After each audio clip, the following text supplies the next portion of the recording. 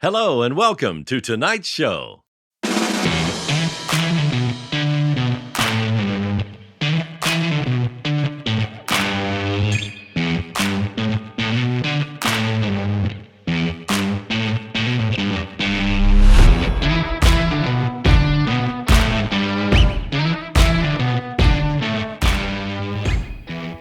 And hello and welcome to episode 173 of On the Bench, the podcast for scale modelers by scale modelers, all about scale models. This show is brought to you through the wonderful support of all of our Patreon supporters. You too can help support the show. Simply go to www.patreon.com/onthebench and pledge any amount from as little as $1 per month. All new Patreon supporters get a fantastic OTB sticker sent out to them. And your contributions help with our production and hosting costs. So get on board and give us a hand.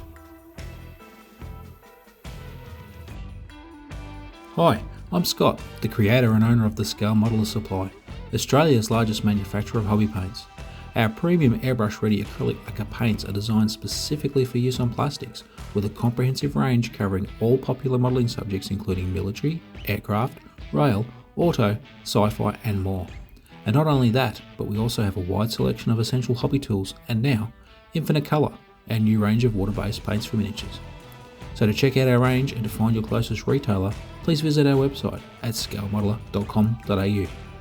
So when quality matters, choose SMS Paints. And hello and welcome to the show. And in the studio, I've got Ian. G'day, Dave. G'day, listeners. And of course, Julian.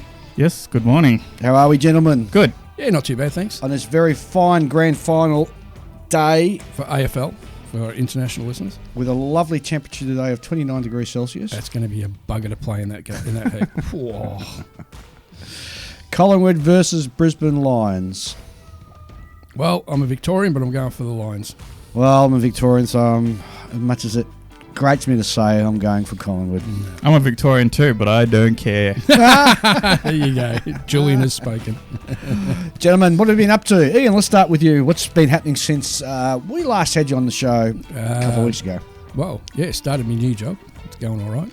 Woo-hoo. So everything's basically been, my whole time in work and out of work has been spent just trying to get my head around this new job and learning new programs and studying up on diesel generators and so forth. So You haven't broken anything yet? no, Oh. no, I've been quite good so far. Touch wood. But no, so I'm enjoying it so far. Excellent. Lots to learn. Thus, my modelling's stopped for the last 2 weeks. Yep. Because I want to like really make a good impression and because it seems like a good company to work for and There you go. the biggest company I've ever worked for. Wow. So yeah, that's been me basically. That'll do you till retirement now. Well, hopefully. Yeah. That's what I told him when I went for the interview. I want this to be my retirement job. If I like a job, I'll stick to it. Julian, what have you been up to? Mostly building car models for the Waverley Interclub, which is tomorrow. Yes, Julian and I have Interclub to go to tomorrow, so it's going to be bright and early because we start daylight savings tonight. Right. So that means we lose an hour, which means we've got to be up at like The crack of dawn, we've got to be there really early. at least by my standards. So after the show, I've got to prepare. I've got to get all the paintry that I'm going to take and all my tools that I'm going to take. And All of the paints, Dave. well, yeah. So Well, I don't know. I'll probably bring all the paint that I've got. So what Interclub is, it's run by the Waverley Scale Model Club, a great bunch of guys, and they invite whatever other clubs in Victoria want to come In the Melbourne area. and they dish out 2 kits prior to the show or prior to the event, which you've got to build and then bring with you. Plus, you have to bring 2 car kits, 2 aircraft kits, Two armor kits. 2 armour kits, And 2 miscellaneous. and 2 miscellaneous. And on top of that, on the actual day, you then have to build a surprise kit within 4 hours Yeah. and then present that to find out who's going to be the overall winner. So All of these get judged by the everyone who participates Yeah. judges, and whichever. You can't judge your own, obviously, but that's how they figure out who the winner is. That's right. You're judging your peers. Mm-hmm. So it should be pretty good. Yes. Looking forward to it. It's going to be a nice. Yeah. day. So I've got the what you call it, the Gallant that I finished. What a and great did that finish. not just go off the charts on our Facebook page? Yeah, it did. Look, deservedly so. Yeah, It's a beautiful build. also Don't go that far. Don't beat his ego up that high. I did some nice photos. They ended up a bit more contrast heavy. Yeah. So like the green really pops, but it looks a bit more subdued and subtle, that green in real life. Mm. I want to do some outdoor shots at some point if I can get the right sort of lighting and stuff, because Australian summer sun is pretty bright. Oh, yeah. Yeah, and like if you try to photograph a model under it, it sort of doesn't really show off. Yeah. At least not with Too much glare. Yeah, it's that green would pop, but on the other hand, you wouldn't see much of the details No. and subtleties. So you're saying the sun's different elsewhere than it is in Australia? Oh, for sure. It's the same star. No. It's not the same. It's not the same. We live under a different star, Dave. Didn't you know that? No, look. We live under the southern star. Photography-wise, right, there's a reason why Hollywood's in California. Yep. Right? The land was cheap. That's why they moved out there. Well, I'm sure that's a part of it. And the fact that it doesn't if rain you very ask often, I people guess. who work with film and stuff like that, like Yeah.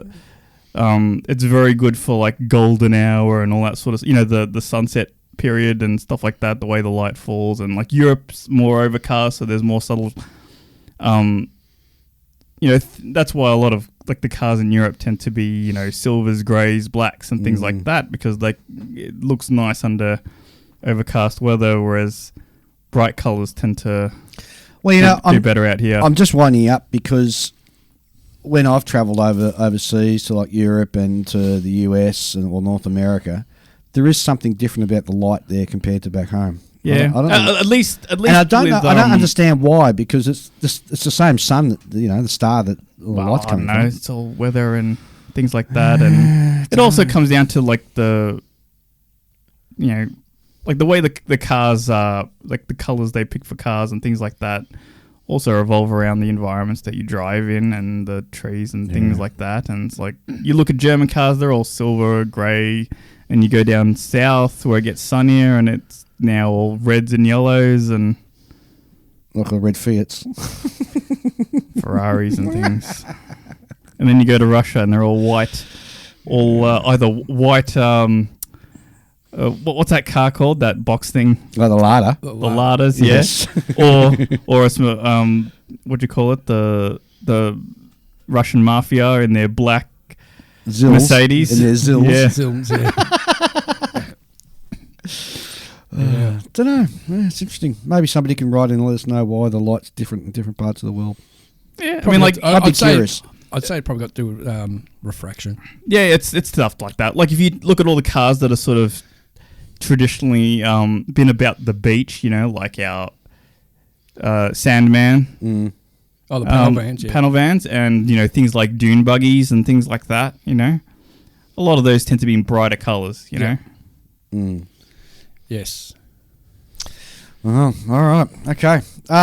Let's talk about what we've bought or certainly brought into the studio, because Well, you guys go listeners who have been listening to us for a long time may recall that we did a group build many, many, many years ago where we did group build of first. Space Marines. Space Marines. That's right, yes. And then we sort of dragged them around to various shows and got disappointed in how many awards they didn't get. And we were talking offline, and Julian opened up his big mouth and said, how about we do a group build of cars? So we've all gone off and either purchased cars or dug cars out of our stash. So This we're is having your a first little... ever car build for you, isn't it? I know, and I'm particularly nervous. So we're doing an OTB group build on cars. And let's start with you, Ian. What car are you going to be doing for your Well, group me build? being me, I'm doing a muscle car, Right. but I'm doing Aussie muscle. Oh. I've got a parts box kit, Yep. which is a resin kit, and it's a Ford Falcon XB GT 351 coupe. Right. So, So this for is- those overseas Yeah. in America, if you're wondering what an XBGT is, just think of Mad Max's car, but with the original front end. So is your kit a resin kit? It's a resin kit. Right, okay. So you're going to struggle. Curbside, Yeah. so no engine. Yeah, you're going to struggle. Oh, I don't know. He'll just be a lot fine. More, just a lot more cleaning up. That's all. and all the windows are just a basic flat acetane sheet that you got to cut up. And Well- no chrome bits. Yeah. No instructions. Yep. No instructions. No. Well, you know how to build a car. You'll be right. Yeah. Yeah. So yeah, I'll be doing a light blue XBGT coupe. You're not going to do it purple? Nope. No. Chance missed. No. Julian, what did you get? So I am doing a Nissan Skyline HG 2000 GT-X. What is that? It's basically a Kenmare Skyline, but without the GTR badge on it. How's he go? For those who know what that is, it's like a 1970s muscle car inspired sports car. Right, so you're still sticking with your Japanese theme and going with So I mean, Japanese like car. the last car that I did was also a somewhat muscle car inspired Japanese car, but it's a fairly small one, kind of like a Celica, Yep. the Galant, whereas this one is a bit bigger. Bit bigger. Yeah, a bit bigger. Very And cool. and like this is the base, almost like the base model kind of a thing. Not quite base model, but it's not the GTR, which is the one everyone wants. And the GTR is quite plain, whereas this one's got a bit more sort of, I don't know, typical Japanese for the era styling cues, I guess. Yes. So yours is a 124 scale. Ian's is a... I've got no idea. It'd be 125. Yeah, I would okay. say I'll have a look at the box Yeah. while you guys are waffling on. That might say I don't think it does. But And I 125th. I flipped and flopped with Julian giving me lots of ideas and suggestions until I finally found something that A, got my juices flowing, and B, I think will build quite easily. So I ended up getting the Revell Ford FD100 pickup with the Foose design. That's in 125th scale. Although listeners will be amused by this, and certainly Julian was. I opened it up and there was two little holes in the roof. 4 holes in the roof, and they're going, oh crap, my kit's broken already. What was it? You thought it was like some like holes you had to patch up in the roof. Yeah. But no, that's it's basically there's like the another roof panel's a separate part. Yeah, there's another roof, like it's like a flat roof, like for the cab, and then there's another flat piece that goes on top of that. Yeah, well, So we're all doing 2 doors. yes, but I'm particularly nervous given the fact I'm building against you guys. So yeah, ugh. I'll tell you what, you'll be able to paint a good gloss coat over any model up by the time you're done. I'll be taking lots of hints and tips from you, Julian, as to how to get it all glossy and shiny. Yeah, So because I've been doing a lot of them. you have lately. been doing a lot of them. So we'll post pictures. I'll take photos before we finish up today and post them on our Facebook page. And by all means, if you guys want to join in and also do a group build with cars, Yeah, go for it. dive in, jump in. There's no... I guess we'll start the start date from today. Right. And we're going to have a finish date. We're going to have. You know, these I was finished by- really tempted to start this already. really. Yeah, that's when I was thinking of, because I'd finished the second car that I did for the Enter Club, which is the Tamiya Porsche 911 Turbo. Yep. Very 1980s car. You know, I started that because of Brian from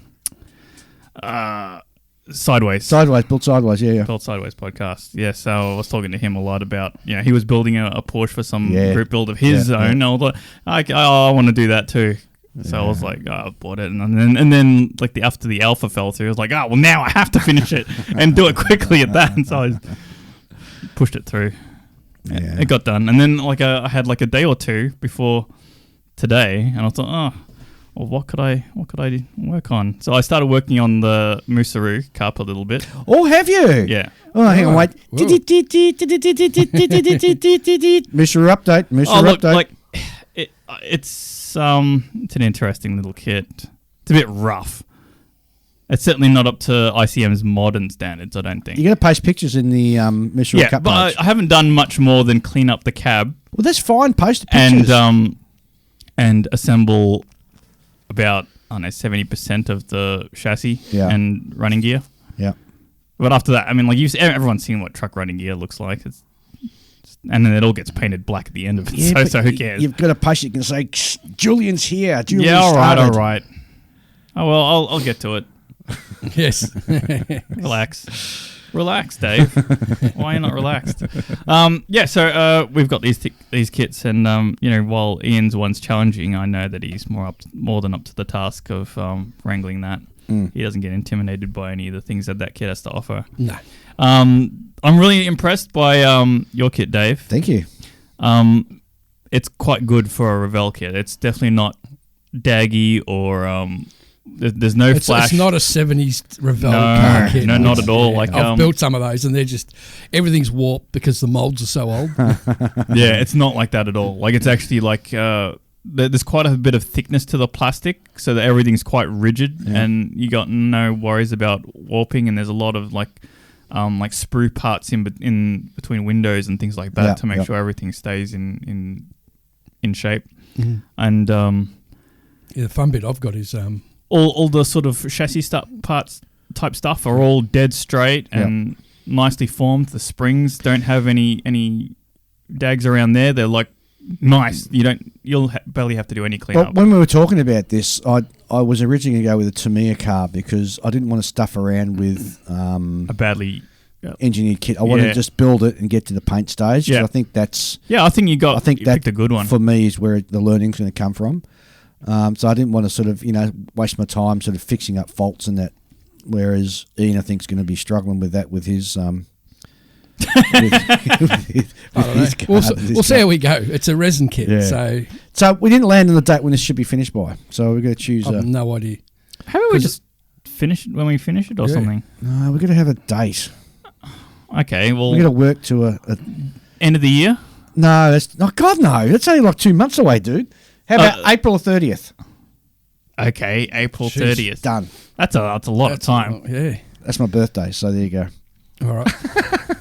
So I don't know. So I've got to employ Julian with his silhouette cutter because I need to have this. They don't come with any decals at all. Oh. And I'm very familiar with the GTs, the XA, XB, XC, XA and XB series. They had like on the graphics on the front quarter panel, they had GT 351. So Julian's going to knock me up. Yep. I've already found like the you found the because they make the actual full size decals for people who want to restore cars, right? So just scale it down, and I can. Speaking of which, did you bring those ones from me? Shit, no, I didn't. Oh! And the other thing, this kit does not come with any instruments. Oh, doesn't it? No, it's just blank. So what are you going to do? I'll have to pinch them from somewhere else. So what does it come with? The instruments.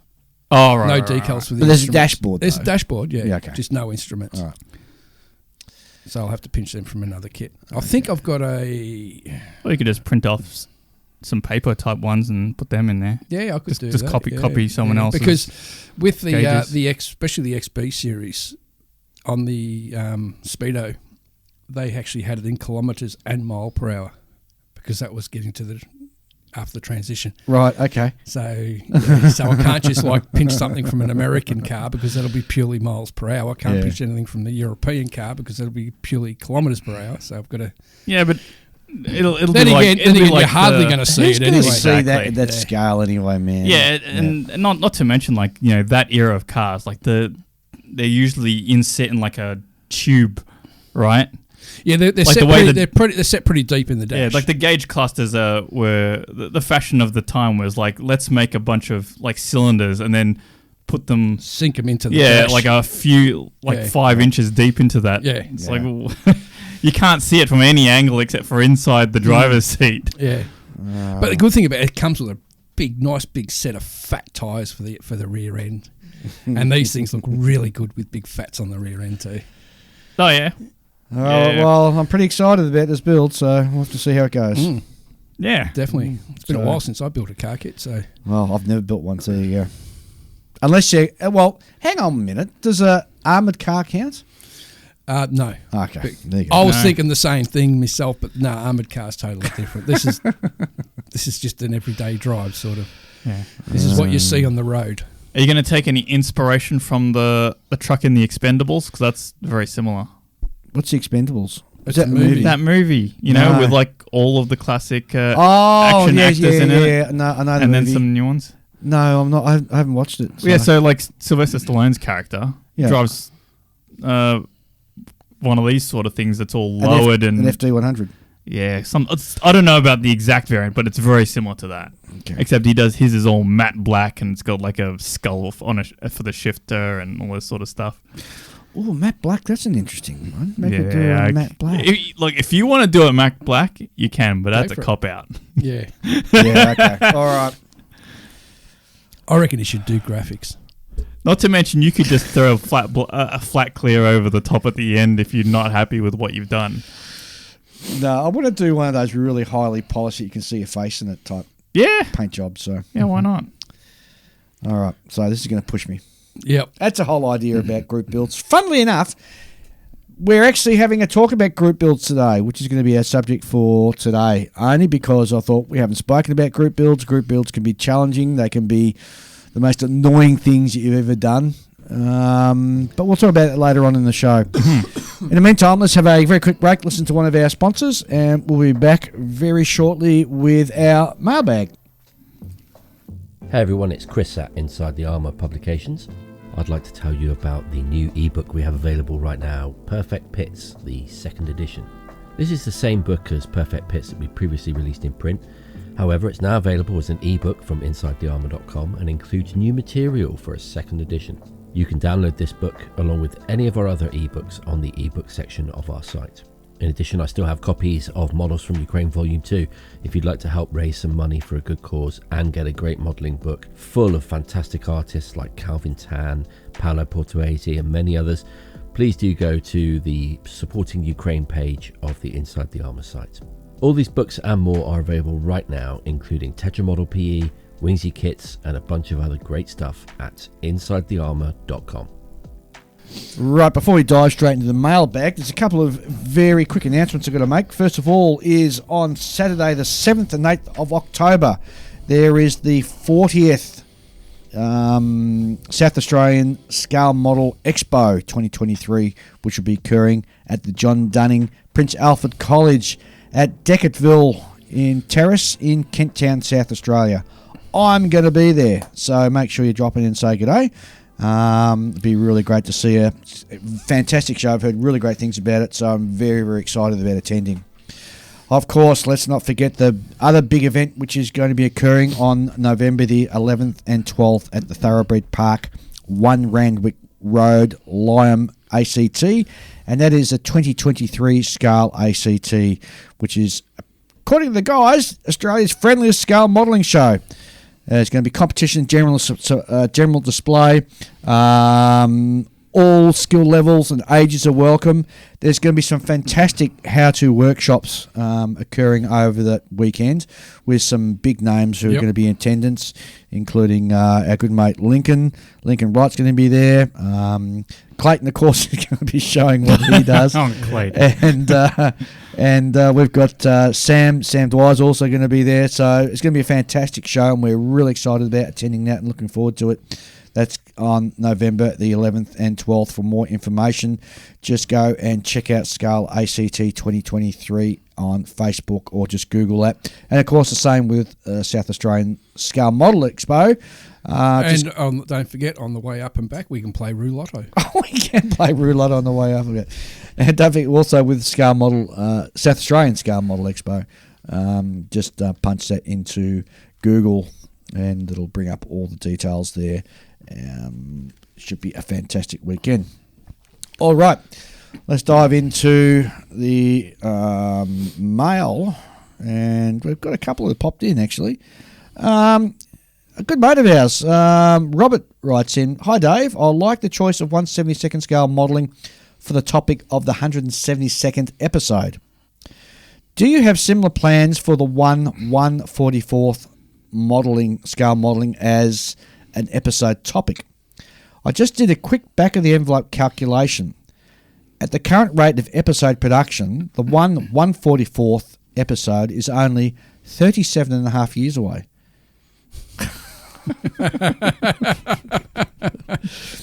So, something for the younger 144th modelers to look forward to, even those who haven't been born yet. Well, what about the guys that do those really tiny 1 to 1200 scale ship models? Yeah, that's another one. That would be generations away, wouldn't it? Yeah. Oh, that Robert thinks he's such a funny guy, doesn't he? Ryan Hothersall writes in, interesting discussion on 1/72nd scale. Good the US guests didn't let the OTB crew put down 1/72nd scale, as kiddies feel like we tend to do. Oh, I don't think we put down 72nd scale. I've got no problem 1/72. It's just not the scale I deal with. It's a perfect scale that I build in for real space, so there you go. I've built a few trophy chasers with that in that scale. Like, I'm really impressed with 72nd scale armor. 72nd scale aircraft has been around a long time, so there's a lot of older kits that should have been taken out of production. You mean? Yeah. I mean, I've seen some pretty shocking ones over the years. I remember years ago, I can't remember if it was Airfix or Revell, they had a P-51B and the interior consisted of a pilot that sat on a stick. Which one was it? I think it might have been an Academy 72nd scale Mustang that I saw, and it's like a 30% too wide in the fuselage. Oh, really? Yeah. It's like an eggplane. Yeah, almost. It's like I'm not it was Paul Sabin who built it, and he was the one who told me about the problem with it. I'm like, oh, okay. Well, if you knew about it, why did you build it? Yeah. But no, that's just how he is, you know. Yeah. Like he's a masochist. He just he likes the challenge. He has it, and so he's like, I'm going to build it. So okay, to each his own. That's it. Ryan continues. Their point, that is Kentucky Dave and also El Presidente, their point of pretty much anything is available in 72nd scale is correct. As a builder of 72nd scale Russian jets, it means I can get from one weird off prototypes all the way through to very much every variant of the MiG-21. Well, thanks, Ryan. And again, I think we actually give 72nd scale a good tick. So yeah. But if you feel that way, well, interesting. Micro Machines podcast wrote in and said, hey, benches, just writing to say the 172nd episode was a fantastic episode. I especially enjoyed it because of Kentucky Dave's opinion on the Avro Lincoln. We recently did an episode where we made a list of vehicles we think needed new model kits, and my list actually had the Avro Lincoln on it, which prompted much mockery from the rest of the podcast crew. Thanks to you. That sounds like something that would happen here. And look, I have to be with the other. I reckon it's a freaking ugly plane. Thanks to you guys. My opinion was validated. I had much fun pointing it out to the rest of the crew. Speaking of 172nd armour, however, building that is very much a mystery for me, as I prefer 135th. So when the Moosehead Cup model build kit was revealed to me, and when I opened the package, it was safe to say that my emotions were fairly mixed. Having started the Ural, I can safely say I've been taking my 35th scale armour for granted. It's all well and good having plenty of detail on small parts. However, it doesn't mean much when building it is making me completely cross-eyed and the small fragile parts are not suitable for my usual ham-fisted modelling style. I have currently broken only 2 of the 3 drive start shafts, but it's still early days. Keep up the good work, fellas. I'll be attending the Auckland IPMS Nationals next week, which is actually this weekend. Yes, that's right. Yep. So g'day and hello to all our Kiwi mates over there in the East Island. Can I just say with that Ural, yeah, the Moosehead Cup. So there are some questionable. So you've got like 2 rear axles, right? Because it's a truck. Yep. And they go into like the leaf spring assemblies, right? And it's got like this seesaw kind of thing so that they can sort of self-level, right? Yep. So there's 3 holes in the sort of suspension assembly, one for each of the axles and one for the pivot point for the seesaw type thing. And all of those holes need to be opened up wide enough for them to fit through. Oh, yeah. Okay. It's not fun. I was going to say. It's not fun. No. And then you get to the wheels that just sort of glue on to the end, and like the holes like in the wheels are too small for them to fit onto the axle, so you're gonna have to drill those out next. Sounds like in for a Before fun I can even sort of set it up on its wheels as a test. So like, okay, all wheels sit on the ground now. I can glue everything solid, you know. It's all right. And the amount of putty I've already put into the cab, just because it's got all these dags and flash and sinkholes and all kinds of. It's a rough kit. It's a rough kit. Well, Callum finishes up saying that the Auckland IPMS Nationals, which he's going to this weekend, it's his first model show since he was 10, which is 18 years ago. Oh, wow. And hopefully he'll be seeing us, will certainly be seeing me in Madison, Wisconsin next year. And P.S. maybe the next scale-specific episode should be 196 for 196 ship scale. Come on, man. Nobody's built ships in that scale anymore. And you know, by saying Having said that, you're going to be I'm going to get all these emails coming in there. Yep, I could see that coming a mile away. Oh, jeez. Okay. Next email is from Grant Harris, and he writes, "Good morning, Dave and the crew. I was listening to the either episode 2 or 3 of your podcast. Oh, jeez.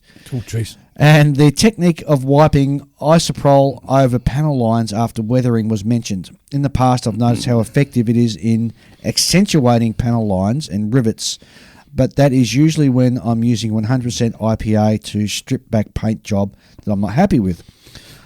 I've just used some mineral spirits and raw umber over an acrylic clear coat to weather the panel lines and rivets on a P51D Mustang, and I want to use this technique to exploit its highlighting quantities, or qualities, I should say.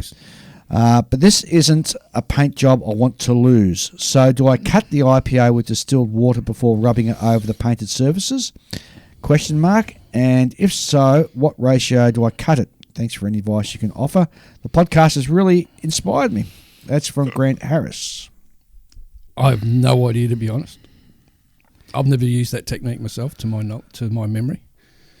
I wasn't. I'm going to be honest. I wasn't only half paying attention when you Grant's going to be gutted to hear when you say that. But when I caught the end of it, and IPA is usually the kind of thing that annihilates paint.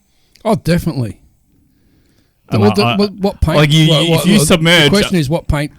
If you want to get rid of a paint job, you take that mold and you put it in a bath of IPA, and you'll be left with a nice piece of plastic at the end of it. Let's take a step back. So what he wants to do, he wants to highlight the panel lines and the rivets. Mm-hmm. So before he even starts that, now that he's painted the model, he needs to put a clear gloss coat over the model. Correct. And yeah. Well, is he using enamels? Is he using acrylics? Is he using lacquer? Yeah. That makes a big difference. Yeah. Because I know with weathering, I always use acrylics, and I find the odorless thinners doesn't affect the acrylic paint at all. When you're wiping an oil-based product off it. The reason why you put down the gloss coat, obviously, is so that your panel lining and everything it flows better. And fits tight to the areas that you want it. Otherwise, it'll soak like a sponge across the surface of your model. Exactly. Yeah. If you use it flat, it just soaks into it becomes the paint. like a stain, and you won't be able to get it out because it's essentially in sandpaper. Yep. So my suggestion: acrylic gloss coat, and if you're using oil paints, use your oil paints, and then just some odorless thinners. Yep. Just wipe it off. Don't use the isopropyl alcohol. I've never used an oil wash. I've only ever used enamel washes, and you can just make one of those out of any enamel. The same thing. It's an oil-based product. Yeah. Just make sure it's thin enough, and enamel dries slowly so that you can clean it up as necessary. Exactly. Yeah. And then you can just come in with like the white spirit or enamel thinners or something like that, and wipe it away afterwards. The excess. Just don't soak it in it. Yeah. Yeah. So just get a cotton bud and just they call dampen it it. A Q-tip if you're in Q-tip. Well, Ryan's from Oz, so okay. and then just to use that to wipe away the excess. Yeah. And then put it aside and let it dry for 24 hours, or even longer if it's if it's on a gloss coat. You shouldn't have a drama. Yeah, but put it aside and let it dry for 24 hours, and then come back and do your Yeah. Jeez, I never let it sit for 24 hours. Don't you? It's usually an hour or so. Well, I But how do you mean, do that with enamel sort of stuff? 'Cause it takes a while for it to dry, especially Well, oils as basically, well. if you're wiping over the top surface, Yeah, you're not going to be touching the panel lines. but and then you'd come along. Say you want to put a matte coat on top of that. Then You let it dry. That's right. That's what I'm saying. But don't let I never let the wash or weathering products Dry sit before you there. clean it off. Yes, No. yes, Well- yes. if I'm doing a car model and I'm doing the black panel lines between the doors and stuff, Yep. I'll use the Tamiya black panel liner, and then I'll let that dry, and then when I go to clean up the areas where I dropped it in there, because there will be a little tiny pool around that panel line where I the brush touched it, Yeah. and then I'll get some enamel thinners on a cotton bud or Q-tip, and I'll make sure it's not too damp. I'll actually dry it out so that it's there, but it's not soaking or anything, not even close to soaking. Yeah. And then you just wipe that across the panel line, Yeah. not with the panel line. You always go across it. Yeah. Because then you take it out. It's of the important panel to say the obvious things because Some people don't talk about it, That's and right. then That's right. people who don't know, and they just don't get it. That's Yeah. right. Very good. But, All right, but well- no, I definitely wouldn't even, with that sort of stuff, I wouldn't bother with isopropyl alcohol. No. Well, then why did we mention it in episode 2 or 3? I don't know. How many years ago was that? That was over 7 years ago. 2017, I think. Or something like that. Oh, goodness. We were young and dumb. I don't know. Pretty sure. Well, Grant, I hope that answers all your questions, and thanks And for we writing didn't in. confuse you too much there. No. Of course, if you want to write into, you can send us an email to onthebench64@gmail.com.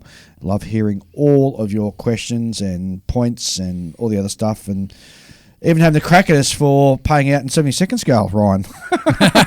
You're not going to let him live that down. Oh, I am. I'll let him live that down. I use He's wash, a very loyal listener, is Ryan. I He use likes it wash quite often. I use like panel liners and things all the time on car models for all sorts of things. Like if there's an area that needs to be painted in black, for example, I'll use that black panel liner to make an outline, and then I brush paint inside inside it. it. Yes. Things like that. Yeah.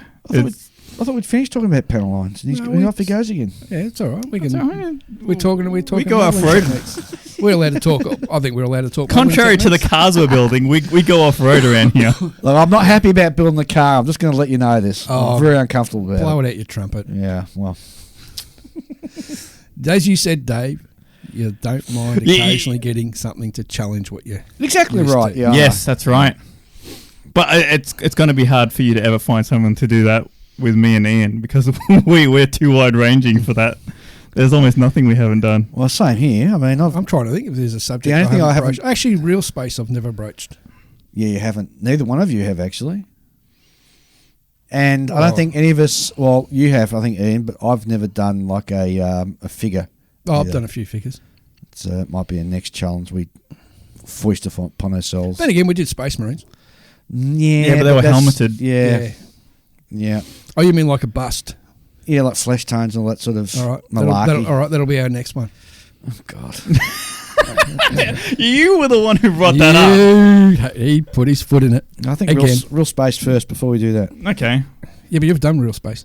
Yeah, so you've done cars before, not stopping you my, doing this my, one. my ideal for real space would be like a really high scale, like really small scale space station. You can do whatever you want for real ISS. space. No, there's no kit. Like Oh, there is a kit. There of is the a- ISS. there is a kit, but it's way Revell. too big. That's my point, right? I want a space station, but I don't want one that's big. You can- And there's one in Or maybe I could it's a 3D. Chinese space station. Maybe I could There's 3D print one. You could do that too. Yeah. All right, let's. Real space, does the flying bedstead count?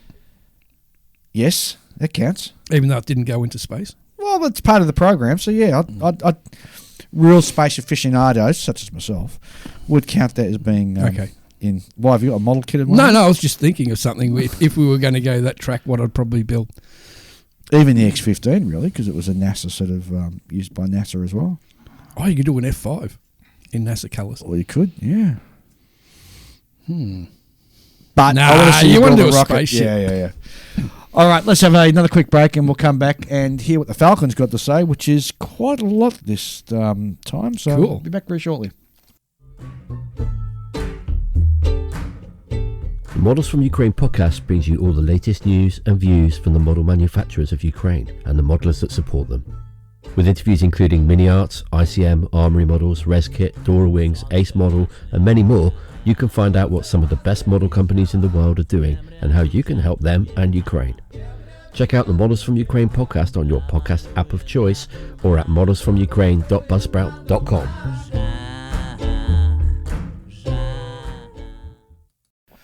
Okay, let's have a look at what the Falcon has to say. First of all, he says, Hi. Hi. You said some nice things about me last podcast. Thank you. Have you heard I'm dying or something? Question mark. No, Falcon. It's just that we really appreciate all the hard work you put in. Definitely. So you always come through every fortnight with a whole plethora of new and interesting stuff. And today is no different. First of all, we start off with aircraft. And Brengun have shown box art for a soon-to-be-released 148 scale LET L13 SE Vivat-powered glider. Falcon are releasing 2 new kits in 1/44th scale, a Bristol Brigand B Mark 1 and a Handley Page Hampton B Mark 1, both available later this year. That's a flying pencil, isn't it? Yeah, what scale? 1/44th. That'd be tiny. They weren't a big plane. Yeah, I know. That's interesting.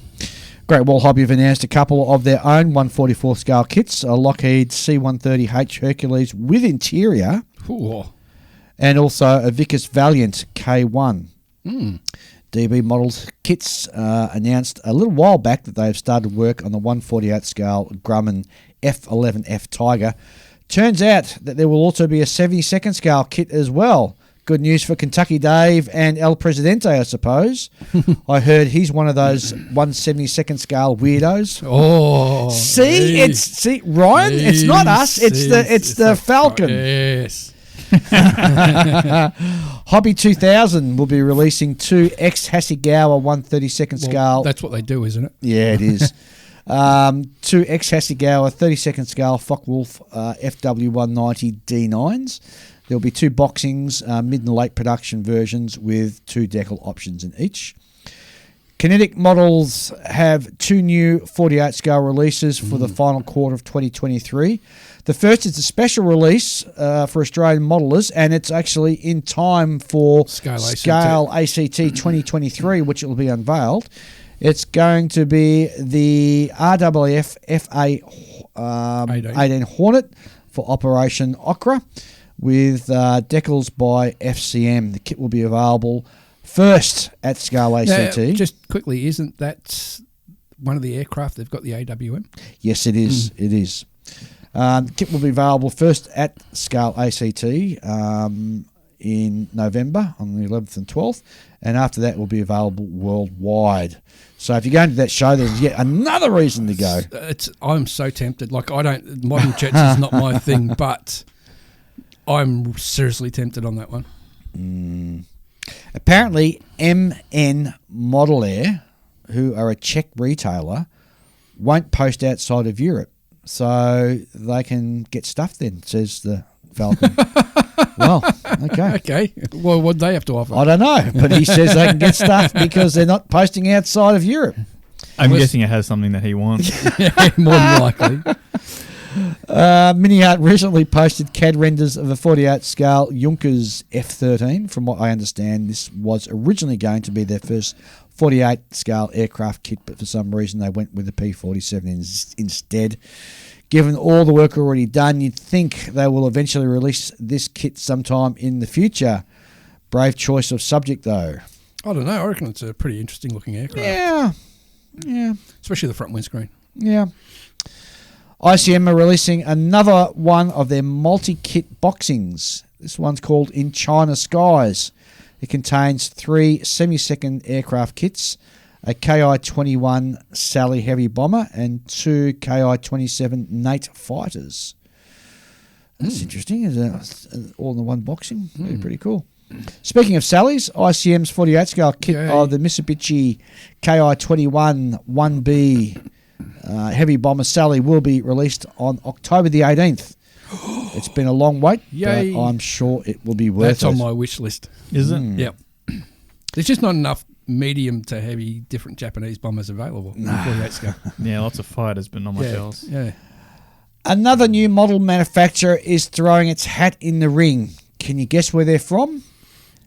Eastern Europe. Did you say Ukraine? Because it is Ukraine. I was right. Eastern Europe. Rush model kit's first release will actually be a rebox of ICM's 144th Ilyushin IL-62 airliner. It will have decals for Ukraine Air Enterprises. Rush Model's next kit will be their own work. They are currently developing a 48 scale kit of a helicopter and a fixed wing trainer. No clues were given as to what they actually might be, but we do know that decals will be from Cardiograph. Next one, Litaki, spelled Litaki, also new and from Ukraine, have shown sprues for their forthcoming 72nd scale kit of the Solo J22 Aro.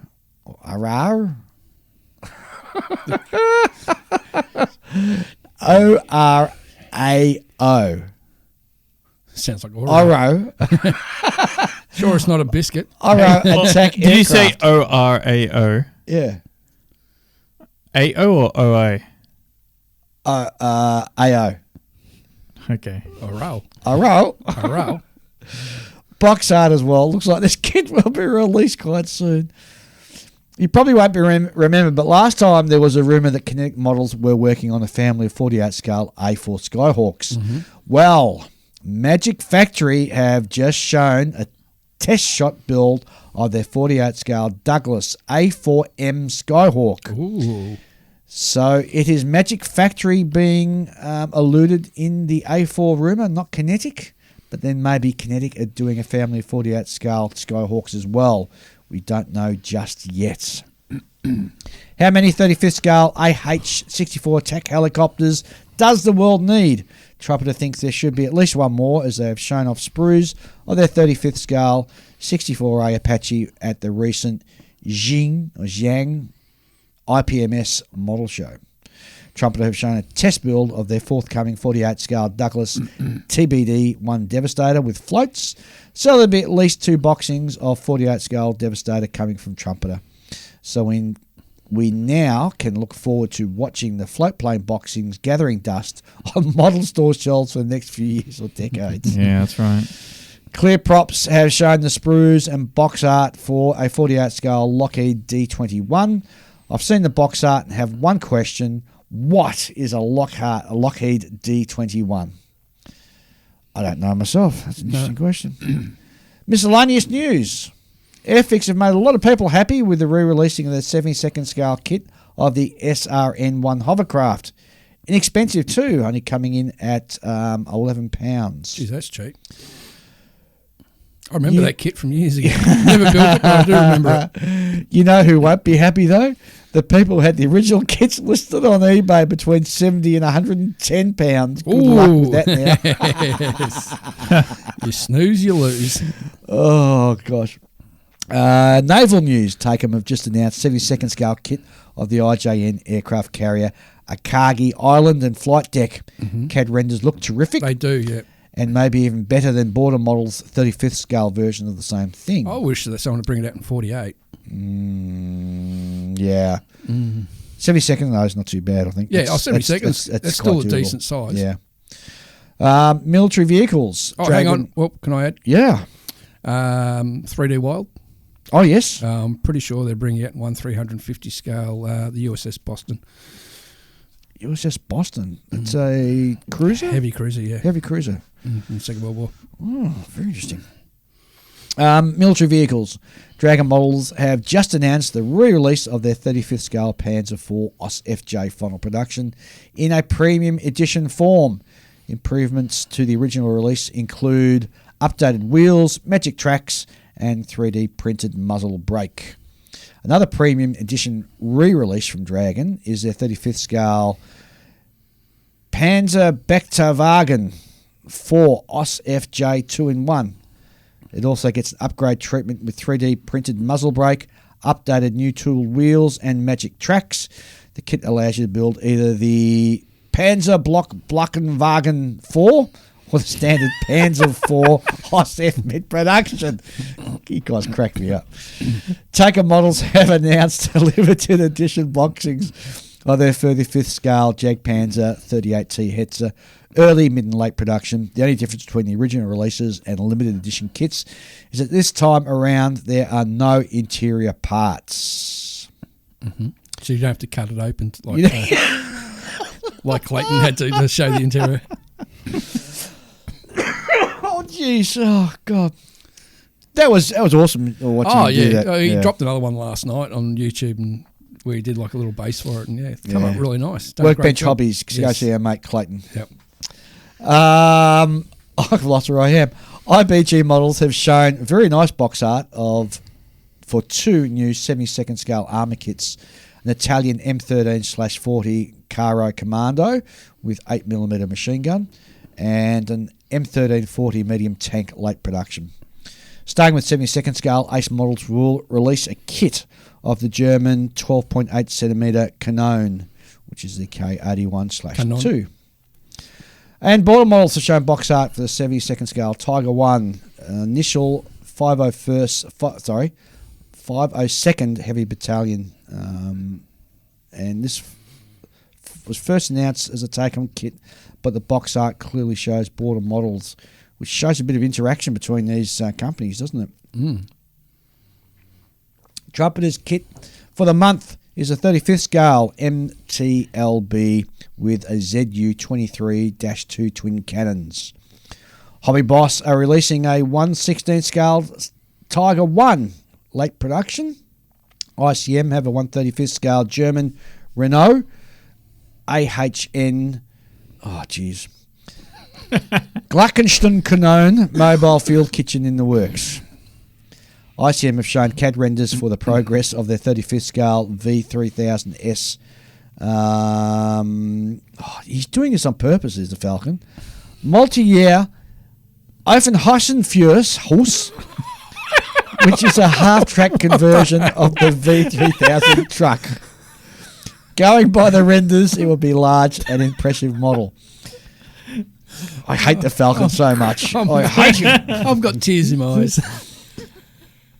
I haven't heard of this particular company called here before. we go. It's Volio, V-O-I-I-O. V-O-I-I-O. Volio are announcing their earlier 1/35th scale M1 Abrams kit with a 35th scale M1A2 SEP V3 Abrams main battle tank. So, don't know. I've never heard of them before. Speaking of follow-ups, Tacom are soon to release their C variant of their 35th scale M29 Weasel. And again, if you want to have a... they are they? Yes. That's the one that's when I spoke to Clayton. That's the one, if I get one, I'll get that one. Yes. You can tell that one Pacific. And if you want to have a really good laugh, watch Clayton try to build the Weasel on the mind you, from what he's up against, it's not the easiest kit to build. No. Feels like the earlier M29 kit has only been out a couple of weeks, and surely Tacom could have milked it a bit long before releasing the more popular M29C.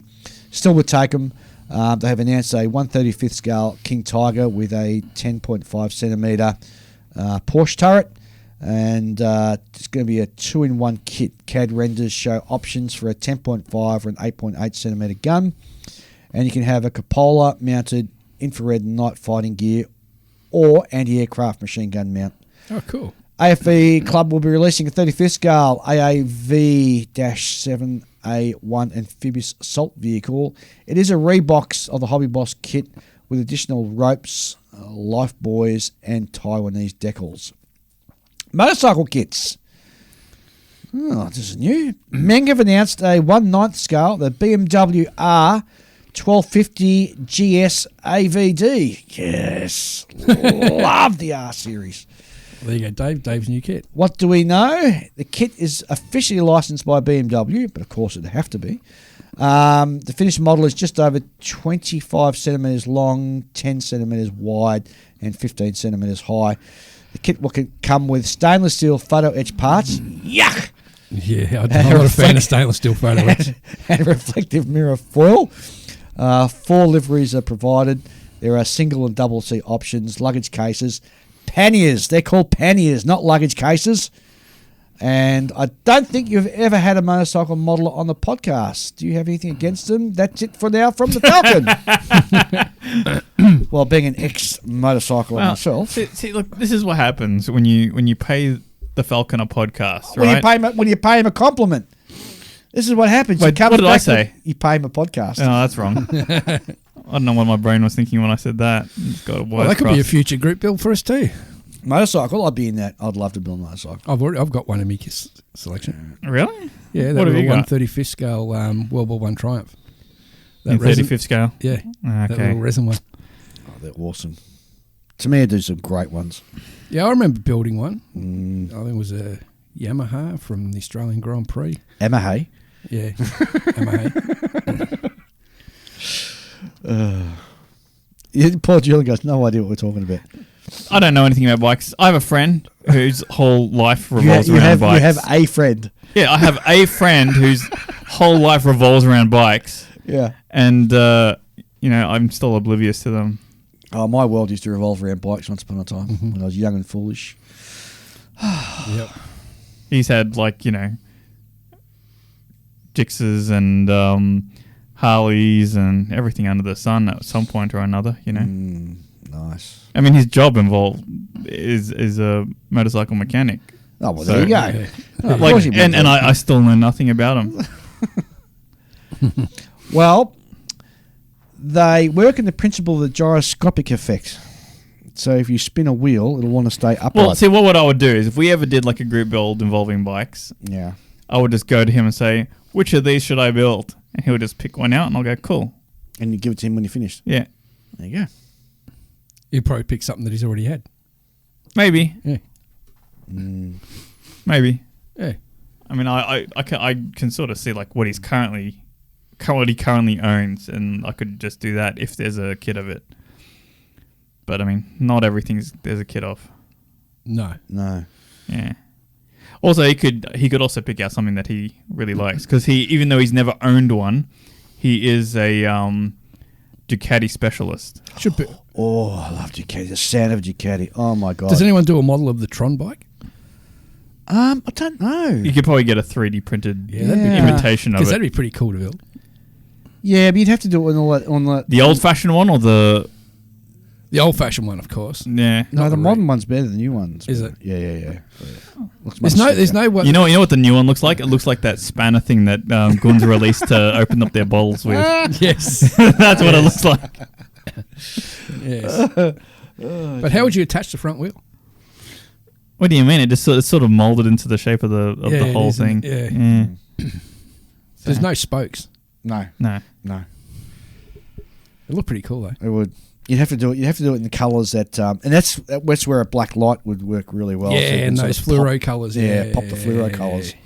Yeah. That'd be pretty. That'd be good for a shadow box. That would, wouldn't it? Yeah. Yeah. You could have the line that follows it. Oh yeah. Oh, now we're really getting some juices flowing here. Because while we're on our break, I came up with an idea. What was your idea? Go on, tell everybody. You going to share it? No. All right. It's going to be a surprise. Ah. It's going to be a surprise. It'll be my first ever shadow box, and it's going to be a surprise. Fair enough. I'll give you a clue. It's cyberpunk, and it's got to do with a car. All right. Yeah. We'll stay posted for that one then. Yeah. Group builds. Group builds. Group builds. Well, before we do group builds, I think we got one more quick announced message, and then we'll come back and we'll talk about group builds. Sounds like a plan. Back very shortly. Whether you build aircraft, armour, ships, science fiction, cars or figures, the Fine Scale Modeler magazine provides the how-to information you need to take your modelling to the next level. In each issue of Fine Scale Modeler, you'll find clear how-to features on model assembly and finishing written by experts, reviews of the hottest model kits and products, tips and techniques for assembling, painting and finishing, as well as inspiring photos of Reda's models. To find out how you can get your copy of Fine Scale Modeler, go to www.finescale.com. Yes, group builds. Group builds can be both enjoyable and at the same time the most detestable thing you could ever do in modelling. I don't know about detestable. Oh, yeah. Because it sort of forces you to do something that, so here we go. And this is back in the olden days where we all used to sort of converse with each other on forums. Mm-hmm. In the olden days. Right, the olden days. Yeah. Them good old days. There used to be, guys who'd start up a group build, and so you'd all go, yes, I'm in. So you'd all chime in, and the group build would generally be on a particular subject or a particular model kit. So you'd all build, and you'd show your pictures on the forum as to how you were going and progressing. And when you'd finished, you'd get like a little electronic badge or something you could put on the end of your signature block. Yep. So you could see, and some guys would have about 10 or 12 like these little pictures showing how many sort of group builds they'd participated in. So the thing that used to annoy me about the group build was I never seemed to finish. What I find with the group build is it forces you. Well, I sort of run out of steam. Especially when you've got a deadline. You've got to, you can't procrastinate. Yeah. Because that's my problem. I tend to procrastinate. And Oh yeah, I procrastinate that's the quite worst a thing bit. about the group builds, though, because you start up all hot and flustered and going, oh, I've got to fan myself down a little bit because you're that excited about it, and then part of the way through you go, I'm not going to lie, that's a bit weird. But speaking of that, like one of my favourite group builds that I've participated in the last 2 years is the Models for Heroes. Because that is really, you are under the pump. You've got 48 hours to build a 1/48 scale kit. But that's different, and I'll tell you what. Why is that different? Well, that's different with that group build because you're doing it live in front of you sit in front of your computer and you're watching other guys do their group builds at the same time. So I think it's like sitting down at a big modelling hall and you're also sitting around a table building all at the same time. Yeah. That's the kind of feel for that.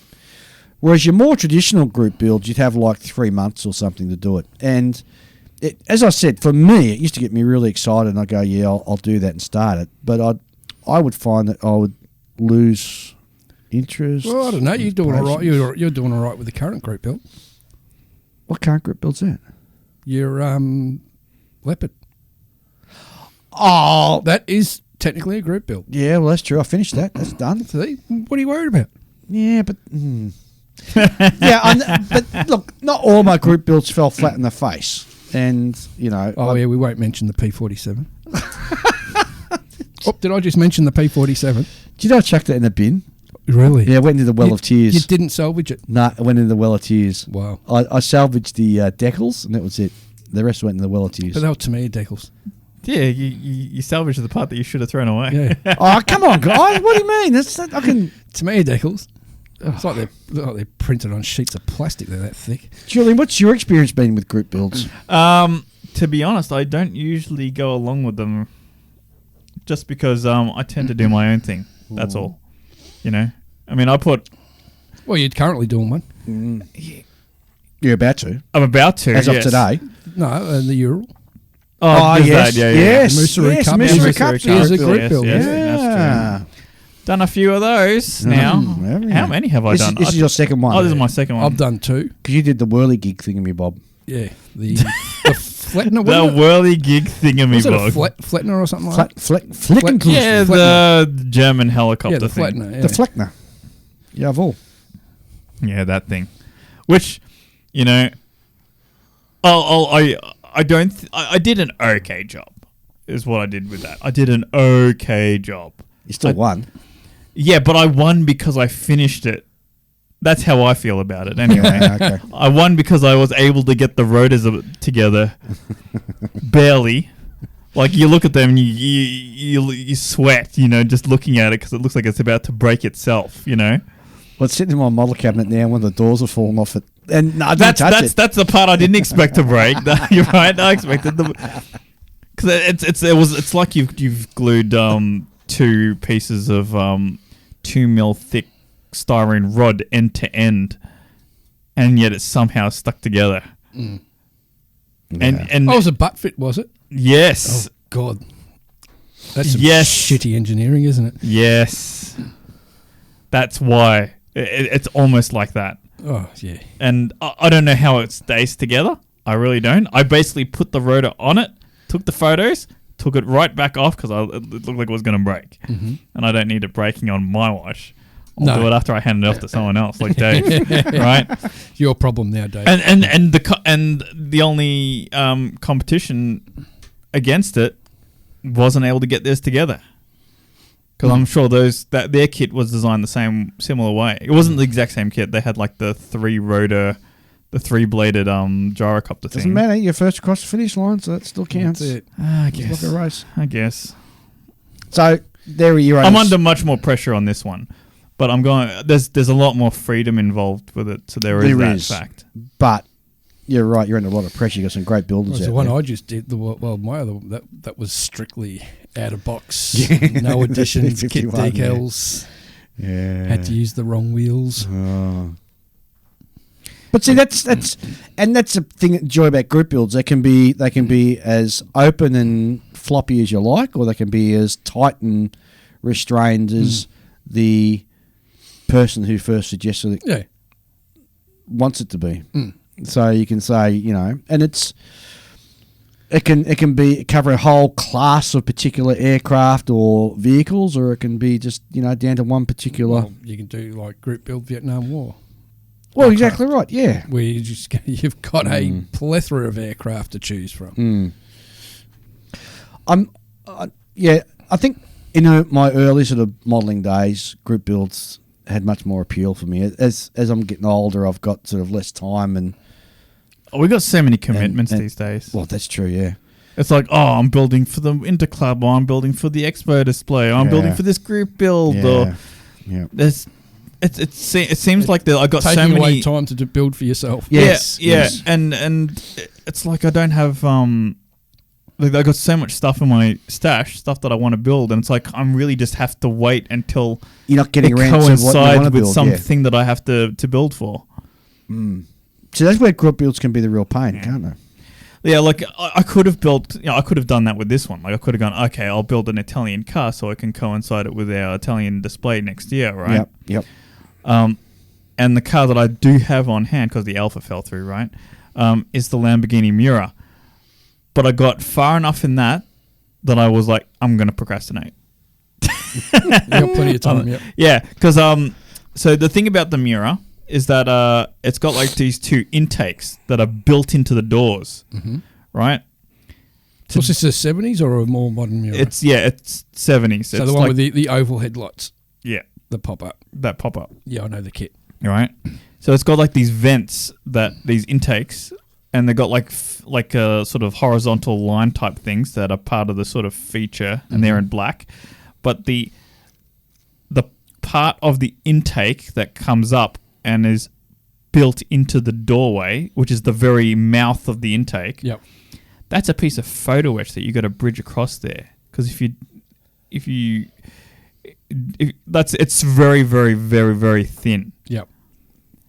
So there's two options. There's the photo etch that comes with this special edition of the kit. If you're using the stock kit, good luck, because you got like chunky pieces of plastic and it looks like garbage. Yep.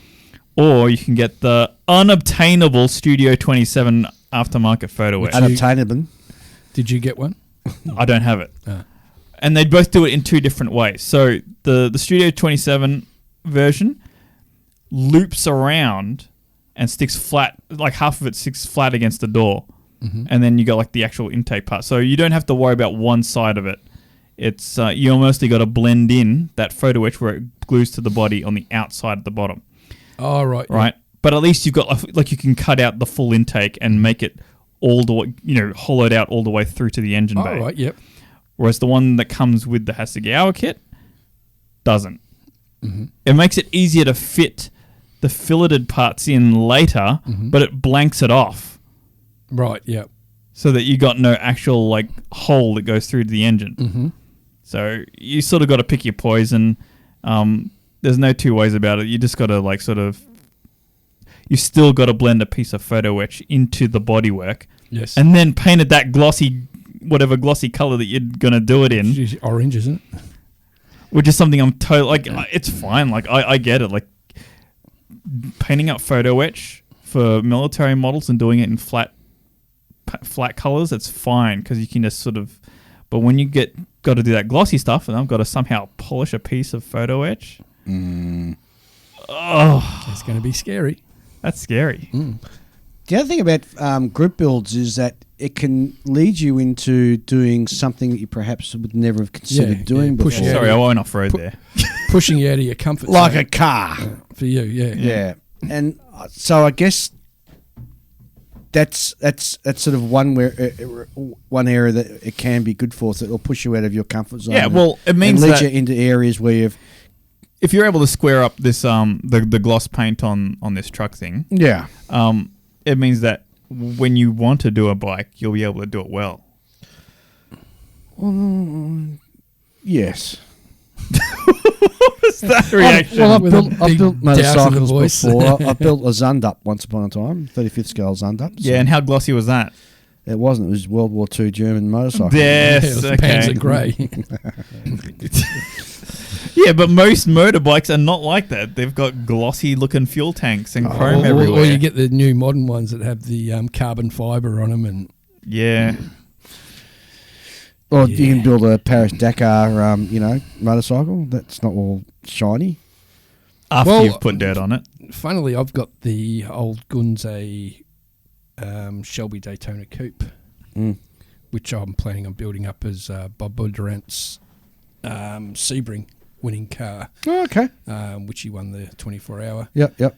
And I've actually got photos of the car at the end of the race, and Yeah. which is the way I want to build it. Yeah. Like one of the headlight covers has got a big crack in it, Yeah. and a chip out of it. The whole front of the nose is all dented, and there's like bits of aluminium showing. And I'm thinking, yeah, and you got like all the leftover of the Oil rubber and spray, on the rubber spray on the guards, Or the and- insects. Yeah, I'm just thinking that is the way to build it. Yeah.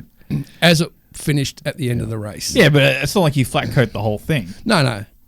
Mind you, it's the 60s, so it's not going to be super high gloss.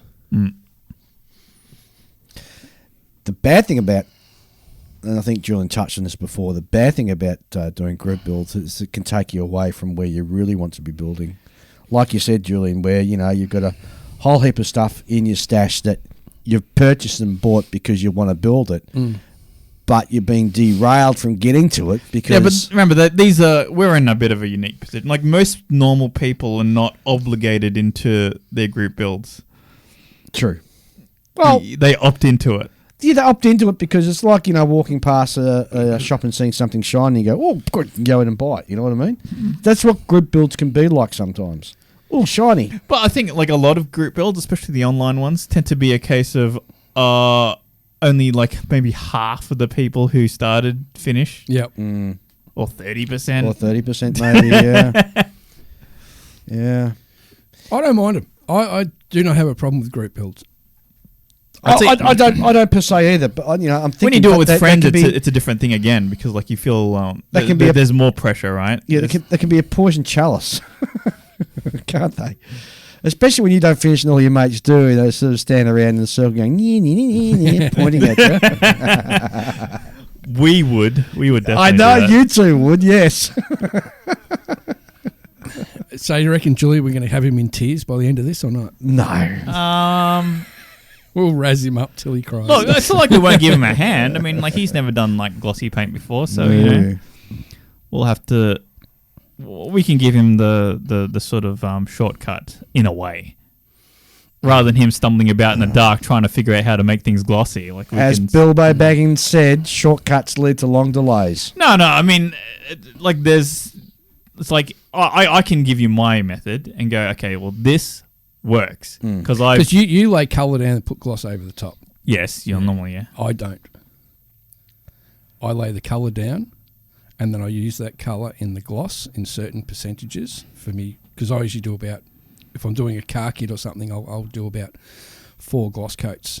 And what I do is I gradually put less of the colour in the gloss coat until I get to the final gloss coat, which is just clear.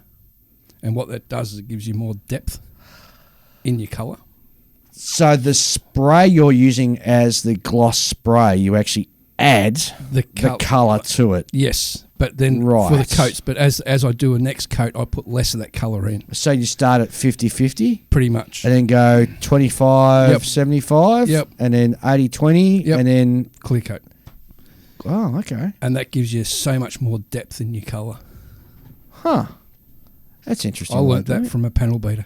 Did you really? Yeah. Does it work, though? Oh, yeah. So where does the point come in? I don't know how it's going to go with black. Black could be a totally different fit. But then again, it's still going to give you more depth. But where do you go with your? Because I've seen the car modelers, and I've seen Julian, and I've seen bloody Christian out there, and they get the polishing compound out, and they get these tiny little rags that they're polishing it. Where does that part come in? Final finish. Well, after you put down your gloss coat. Yeah, your final gloss coat. So you're polishing the gloss. Yeah, but what you're doing is you're basically just making it flat. You're taking out any imperfections. Yeah. Yeah. So you don't. When it comes to that's where you got to be really careful with your polishing in that method, because if you cut through, you're going to start creating problems. It's a tricky way of doing it. Right. And if it works, the colour is just amazing. Okay. But you got to be careful with your polishing. So you don't do that to the paint; you do it to the gloss coat. Correct. Of course, you block your paint down between colours. Yeah. Usually, probably with something in a model kit, you probably go to 2000 wet and dry. Yeah, and the more sort of thickness in clear coat, or in your case maybe just gloss black, the more you've got there to work with, the less chance you have of burning through. What about that gloss that we've all got? It's the GX. Yeah, no. It's the cloudy looking stuff made by some company that does all the metallics. What, AK? Like no. Oh, yeah, I know what you mean. The Aquagloss. Aquagloss, yeah. From I don't know. I've never tried that. Yeah, I'm sure you've got Aquagloss. Yeah, I've used it a few times, and it's a really good. But I've never polished it, so I don't know. I've got some stuff like that I use, and I brush paint onto chrome stuff so that they're safe to touch and they don't wear off on my fingers. Yeah. But no, I don't necessarily. I don't use an acrylic clear. I use a lacquer clear. Okay. And your windshields, do you dip them in anything? No. You don't either, in? Not even with aircraft kits. I've tried that. Was it the AK or whatever it was? No, I've got some other stuff. It's magic guns, stuff. Gauzy, whatever it was. Yes, I got the Gauzy stuff. And I never could get a good... Well, that's what I use. I just brush paint that onto my chrome. What, Gauzy? Yeah. I brush paint that onto my chrome. I just polish the windscreen. Does it dry? Yeah. Wow. I just polish it. You polish your windscreen? Yeah. Yeah, the plastic. Yeah. Really? Yeah. I've had a few people say, "Oh, did you dip that?" No, I just polished it. What? Just with what? Just like a polishing cloth? Yeah. Yeah. Oh, I know. And coat compounds. There are other people in our group that do that. Yeah. You don't need to dip your windscreens. Okay. Dip it. Look, if it worked, well, for me, it's never worked. But I have seen people that do it and it works well. Basically, it saves you a lot of time of polishing by dipping. All right. But also, you're then making your windscreen thicker. Oh, only by a bloody 15th of a bee's dick. Yeah. Jeez. Wouldn't be enough to sort of put it out. But also, you have to worry about it being uniformly flat. Yeah. Like, it's not so obvious on, say, aircraft canopies, but on car windshields, you want that, the glass look, right? Where it's a flat plane all the way across. Yeah, you don't want it pulling up on the bottom edge, so you end up with a wobbly-looking reflection. Yeah, wedge-shaped windscreen. Okay. How did we get onto this? Because we were talking about group builds in general. Because we're doing car models. That's how we got onto it, Dave. Yeah. Also, it's not uncommon for like high-end modelers to replace their glazing with sheet plastic anyway. High-end modelers. Yes. Aren't we high-end modelers? Well, I mean, like you I'm would not. I don't think that they would bother with your Ford pickup because it's got very curved glass. Yeah. Right. But there are cars out there that have very flat glass. Well, like my one, like your that one. I'm doing this doesn't Yes. come with windscreens. It And comes so with you an- replace that with- like in fact I would say that almost every window on that would be dead flat except for the windscreen. yeah, Yeah. And that's got a very shallow Yeah. curvature which to it. by gluing it in there will create it naturally. Yeah. Hopefully. Yeah. And it looks better because like a lot of the glazing that comes in kits is fairly thick. And you want that. That's all right because if it's made out of plastic, you would want it to stay strong enough that it doesn't crack like the rear windscreen that I had in my Tamiya Alfa Romeo. Yes. Yes. I'm still salty about that. Dear. I'm still salty. That's and imagine if the glazing on your Daytona coupe cracked. Oh yeah. Good luck getting another kit. Yeah, I know. That is such a rare kit, that one. Exactly. It's probably half the reason I haven't built it because I'm too scared to, in case something goes awry with it. All right. Well, look, we'd love to hear what you guys have to think about group builds. Is it something you love to do, something you hate to do and detest and don't do it? Write into us at the show on the bench64@gmail.com. And join in our group build. 100%. I'll be posting pictures you later on want. today of the 3 cars that we're doing. And the other thing is too, don't forget to check out all. Oh wait, yeah, Well, I got some other news. yeah, yeah, go for it. So I bought 2 kits. This one Yep, and I bought another one. yep. And the car that I was supposed to get was an Isuzu Coupe, right? Yeah. A very obscure little car. And I did not get it. Instead, I got a completely different kit. Oh, what'd you get? I got a MR2, which is like a 1980s mid-engined wedge-shaped Hang on, 80s car. that's the hairdressing car, isn't it? Every 9 out of 10 hairdressers like MR2s. Nah, this thing, it's a cool car. It's funny. I saw an MR2 yesterday. They're Toyota build them. Yeah. Yeah, I saw one yesterday. It looked really good. So are you disappointed? Or No, it's a really good kit. So better than what you expect? What you Oh, for sure. originally I mean, got? like, don't get me wrong. Like, this kit here that I've got, the Skyline, is an incredible kit. Like, they've put a lot of effort into this kit, and like the fact that the sub assemblies for just the headlights and taillights are just that long and intricate is ridiculous. That kit, the MR2, is actually really, really impressive. The headlights, instead of you getting to pick, do you want them up or do you want them down? No, they open up and close. Oh, you can electrify it, so you can push a button and go up and It's down? got a little bit of an engine inside there, like not a full engine. It's just got like a sort of flat plane with some engine detail on it. Yep. So that if you open up that little hatch type thing on the back, on the rear deck, you can actually see in there. Yep. And see something. And they've done like a whole bunch of different panels. It's got like that moon roof or whatever it's called, the clear semi-transparent sort of glazing over the top of the roof because it's a bit like a T-top. It's got that going on, or you can pick the regular roof. They really Hasegawa have been making some really impressive car kits. So who'd you get that through? I bought it from Frontline Hobbies, and like I sent them an email saying, you guys gave me the wrong kit. And they sent an email back saying, basically what's happened is they've got their product codes mixed up or something like that, and the code that for the kit that I ordered corresponds to the kit that I got. The kit that I wanted isn't in stock. Ah. Okay. And it's like, and they're like, if you want, we can arrange for you to send the wrong kit back, and we'll give you a refund, or you can keep it. And I was like, yeah, I think I'll keep it. I already looked at the instructions, and it's pretty impressive. So yeah, I had a look on their website because they got a lot of kits on their website. They've got a lot of car it's a great kits hobby on store. their Very good hobby store for ordering online. Because I had a look. I had a look online there. There was actually, for myself, there wasn't much there that really piqued my interest, except for one of the Edward Spitfires I've been having trouble finding. And super fast delivery too. Yeah, at a reasonable price. Cool. Yeah, so I've been looking on there, and like I could buy like so many car kits on there because like all the places that are local don't have that much, you know. Especially not the kits that I want, like the Hasegawa ones that are recently manufactured. So everyone gives Hasegawa crap for not making any plain kits in recent years, but they're not slouching on cars. No. Is that a 2023 or 2022 release? I believe so, yeah. Okay. Yeah. Well, they need to go back and build aircraft as well. I'm sure that they'll turn out I reckon something your one day. idea for our next group build's a good one. Which one was that? Because we spoke about so much. You during the break. were talking about doing skin tones. Skin tones, yeah. So I think busts. so. Yeah. Well, not necessarily a bust, but it can be a figure. With skin I've got a tones. bust. I've got a bust to do in the stash.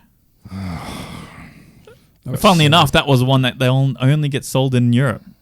I had a friend in Europe. Actually, I've got one that bought it for me and sent it out. I've got a pretty cool one that doesn't have any skin tones. So yeah. A bust. What is it? It's a Chaos Space Marine. Ah. It's an old Forge World one. Okay. It's too bad it's not like one of the actual like proper characters. No. But if you want, I can 3D print one of those for you. There's some really nice ones. Yeah. Yeah. Well, I'm Like, there's a guy I'm out there- I'm still waiting on the one I asked you to do anyway. That's all right. I'll get to it. I'm planning to do my first print in a while today. Oh, cool. Hopefully, because it's finally gotten above 25 degrees, Yes. So which you is go- which is what I've been waiting for. So Well, I've got actually, speaking of 3D printing, Yeah. what we haven't mentioned yet, and what we should mention, is our good friend Callum McDonald Oh yeah. Who's Yeah. printing. What class frigates were they? They're the Hobart class. Yeah, in 1/200 scale, Sorry, yeah, Hobart class. Yeah. 1/350 scale. He's doing some sensational work down here with Yeah. 3D printing. That is, Yeah. he's trying to sort of get up and running. And he's now looks like he might be taking over the Bathurst class Yeah. mine layers. Yes. So I'm very excited the work he's doing, and Yeah. and following him very closely. And hopefully he'll have some really good Aussie subjects coming up. Oh, I very should soon. hope so. I really hope so. And he's such a great guy to talk Yeah, with. he is, Such a 100%. terrific human being. 100%. All right. Well, I tried to close the show off about 15 minutes ago, but Julian sort of had something to come back. But with. anyway, keep going. all right. We're So, good. as I said, That was a bit of a saga that I needed to get out, right? And I'd almost Get off forgotten your about it chest. until just now. So there you go. Send us an email to onthebench64@gmail.com. Don't forget there's some other fantastic podcasts out there, such as the Micro Machines podcast, Built Sideways podcast, Sprue Cutters Union, Plastic Posse, Model Mojo, and a couple of others that I've probably forgotten to mention. And that's why we have a one-stop shop to go for to check out all these fantastic podcasts. And it's called modelpodcast.com, run by our good mate Scott up in Canada. That's the other podcast I forgot to mention. Scott? No, not Scott. Oh my lord, I'm getting too old for this. I've just got to stop. Just go to modelpodcast.com and have a look at the wonderful amount of other podcasts that are available. And don't forget, when you are going to use the podcast download thingy, Don't listen to Dave. Just give us a rating out of 5. The more of you do that, lifts all the other podcasts up high, so it's easy to find. Yes. Just make a complete hash of that. I'm going to go. Bye. See you later. Bye, everyone. So yeah.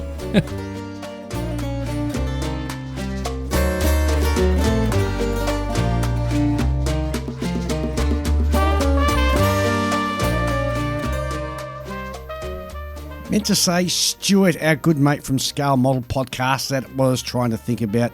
Don't forget to go and check out what his good stuff he's got on his podcast as well. Sorry about that, Stuart. Anyway, no dramas. See you later, guys.